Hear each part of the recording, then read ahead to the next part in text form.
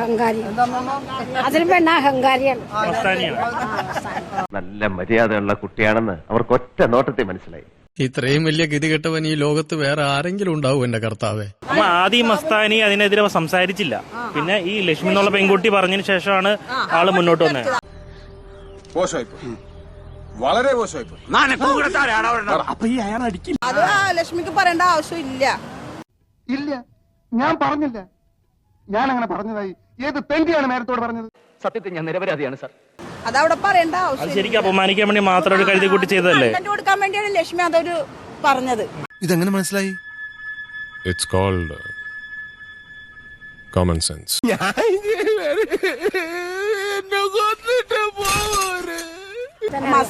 അഹങ്കാരി അതിൽ പെണ്ണ അഹങ്കാരിയാണ്.